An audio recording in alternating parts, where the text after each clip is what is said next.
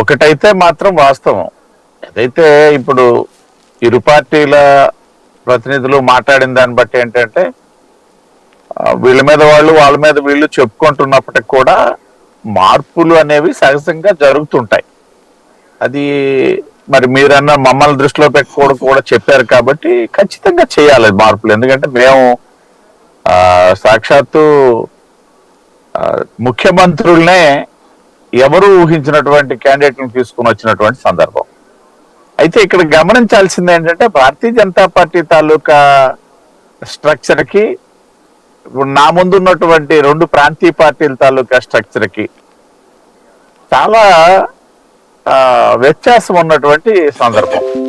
ఎందుకనేసి అంటే మేము పక్క రాష్ట్రాలు అయినప్పటికి కూడా ఛత్తీస్గఢ్ లో ఒక ఎస్టీ సామాజిక వర్గం నుండి వచ్చినటువంటి వ్యక్తిని, అదేవిధంగా మధ్యప్రదేశ్ లో బీసీ సామాజిక వర్గం నుండి వచ్చినటువంటి వ్యక్తిని, వాళ్ళ రాజస్థాన్ తీసుకుంటే ఓసీ సామాజిక వర్గం అతి చిన్న సామాజిక వర్గం అయినటువంటి బ్రాహ్మణ సామాజిక వర్గం నుండి వచ్చినటువంటి, అది కూడా మొన్నటి వరకు నాతో పాటు ఒక పార్టీ ప్రతినిధిగానే ఉన్నటువంటి వ్యక్తిని మొదటిసారి శాసనసభ్యుడు అయ్యారు.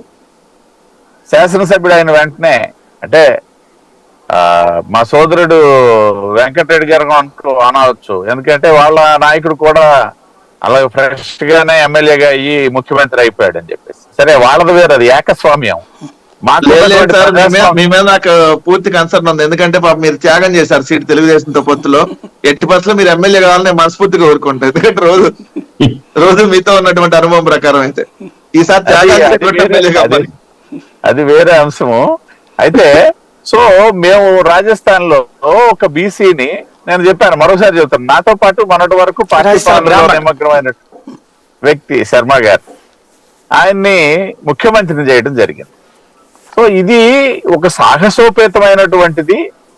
రెండోది ఏంటంటే అవసరమైనటువంటి ప్రక్రియ ఖచ్చితంగా. కాకపోతే ఆ స్థాయిలో మార్పులు చేయడానికి ఆ రెండు పార్టీలకి అవకాశం లేదు, ఎందుకంటే ప్రాంతీయ పార్టీలు కాబట్టి అందులో తప్పుపడడానికి కూడా ఏమీ లేదు. వాళ్ళ స్ట్రక్చర్ వేరు, మా స్ట్రక్చర్ వేరు. మేము రేపు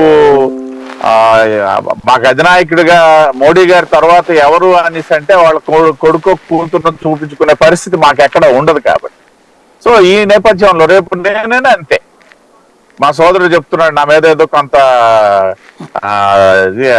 సానుభూతి అని, సాఫ్ట్ కార్నర్ సానుభూతి.